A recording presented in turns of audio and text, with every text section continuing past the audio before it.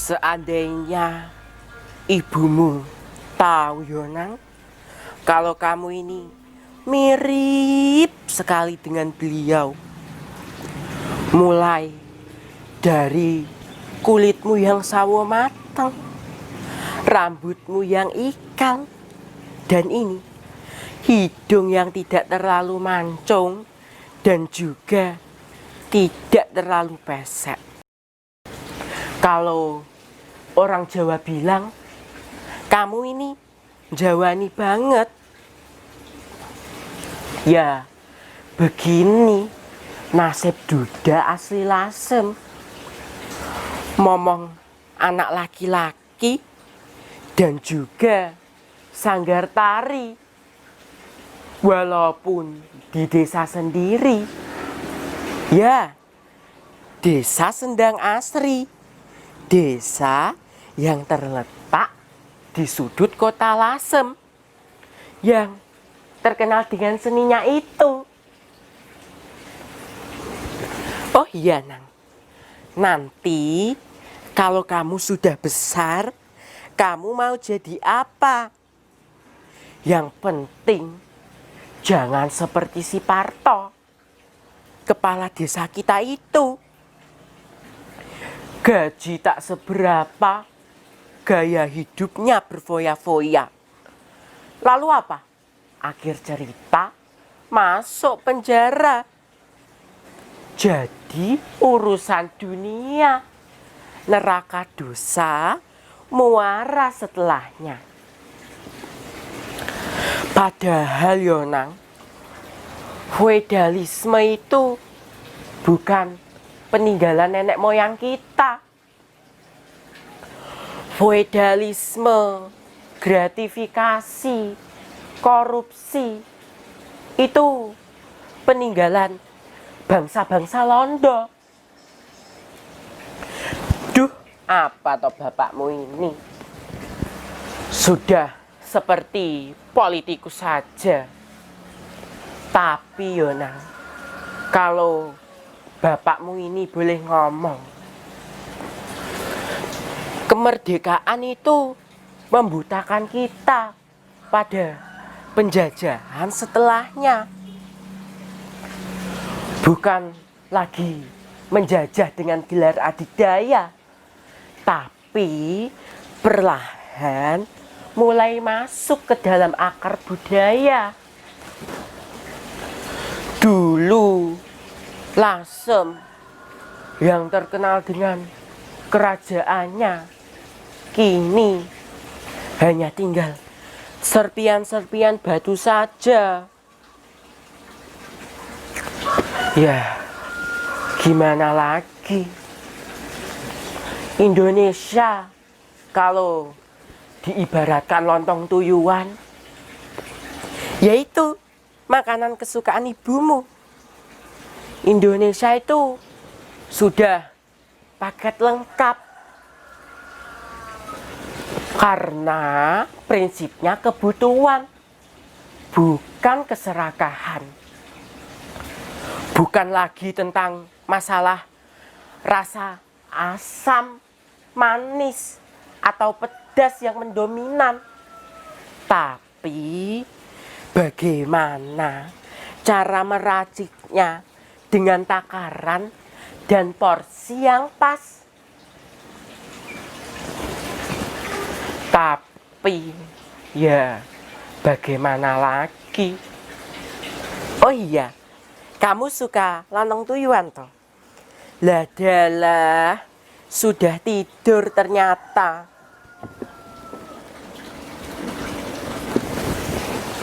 Ibu, bener toh itu panjenengan?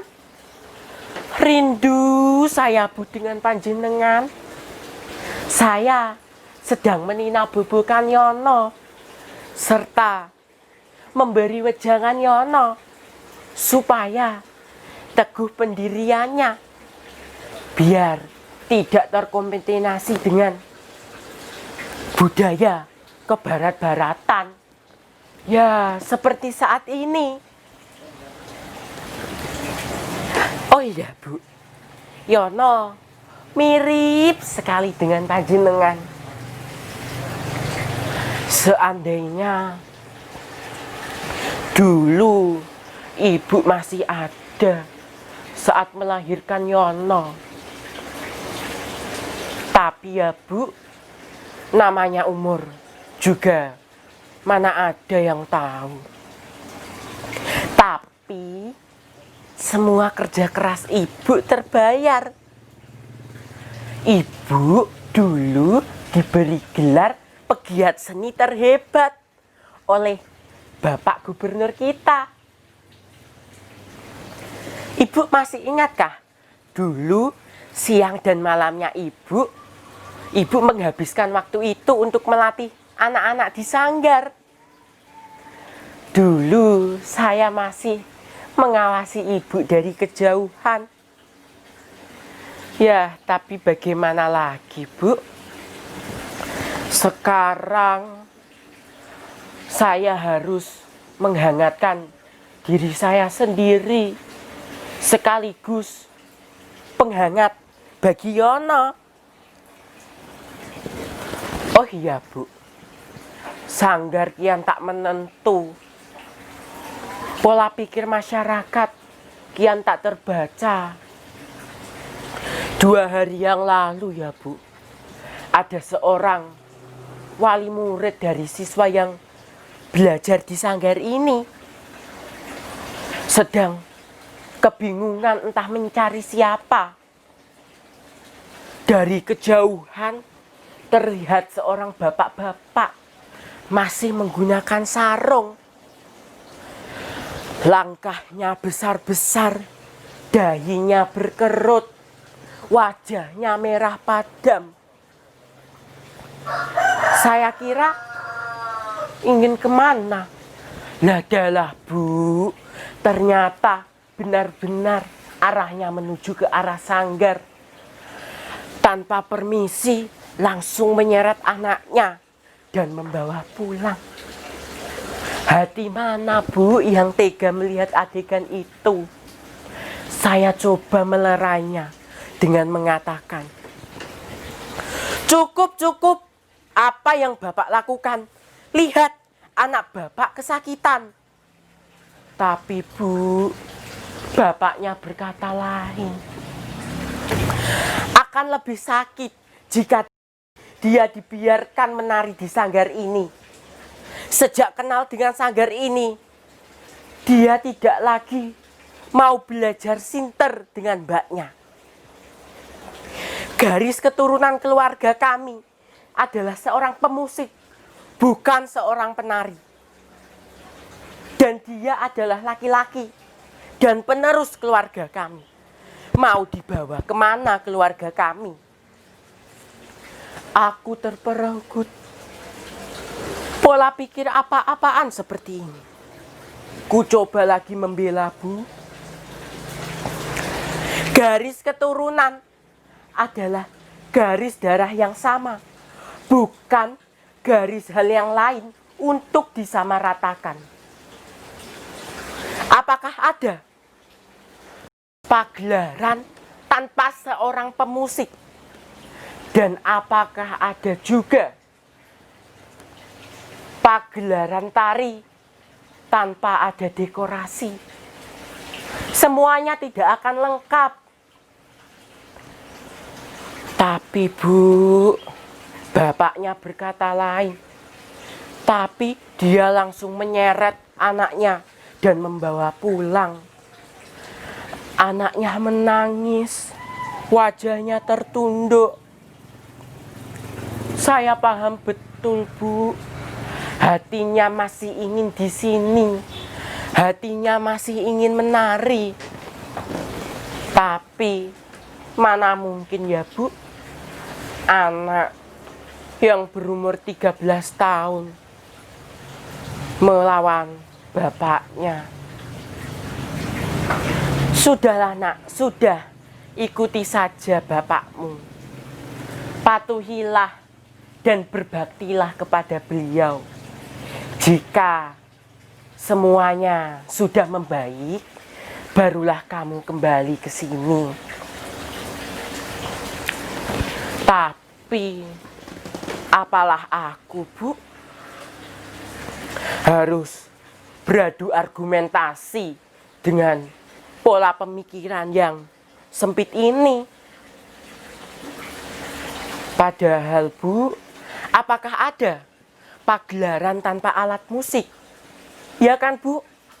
Saya tahu ada 3 dimensi di dalam dunia seni.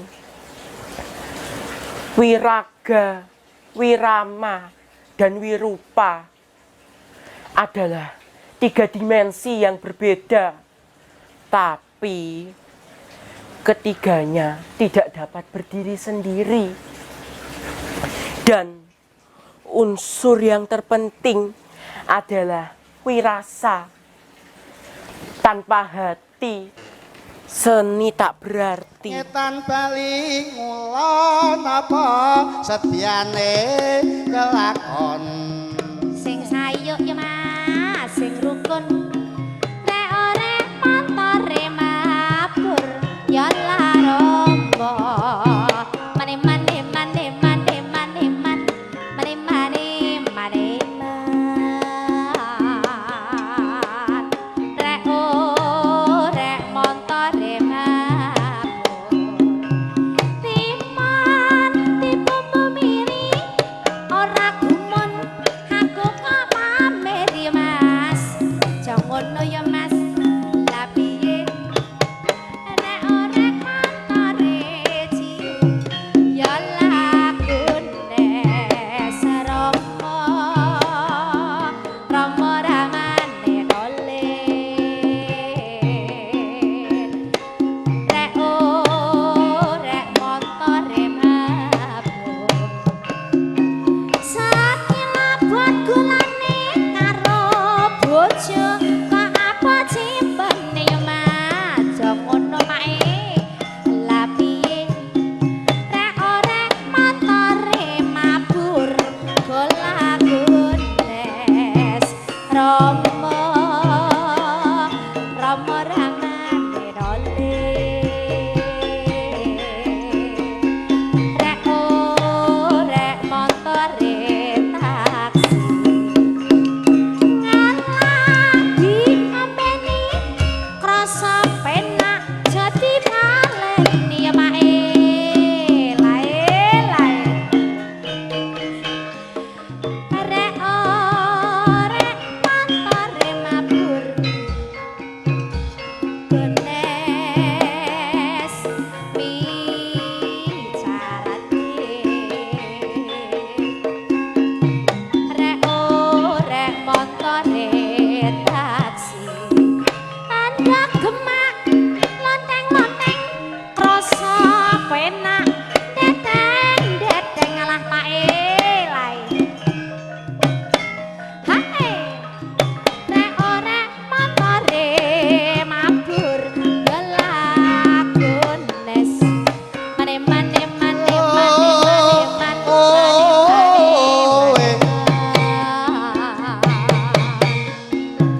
rek ora kok kaya ngene. Hei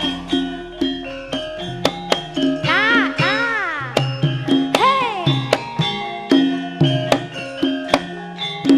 hae wis ngono wis marem.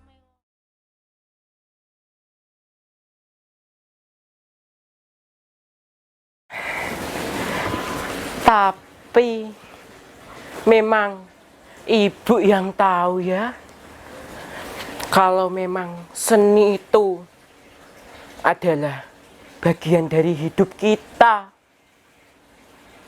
Bu, jangan diam saja. Jangan pula memandangku dengan tatapan seperti itu. Bu, ibu mau kemana? Bahkan Yono belum bicara dengan ibu. Masih banyak yang ingin saya sampaikan kepada ibu. Bu, jangan pergi, Bu.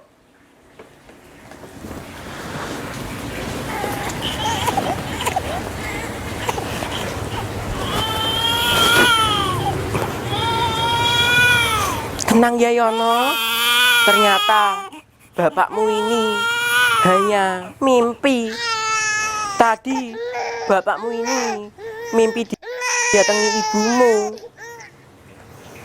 Nanti kalau kamu sudah besar, pasti kamu tahu betapa besarnya dunia ini. Tetapi tidak sebesar pemikiran orang yang ada di dalam bumi ini. Ya, bagaimana lagi? Seni adalah jiwa yang tertanam dalam hati. 3 dimensi yang harus diterapkan dalam seni, yakni wirama, wiraga, dan wirupa, serta yang paling penting adalah wirasa. Tanpa adanya hati, seni tidak akan berarti.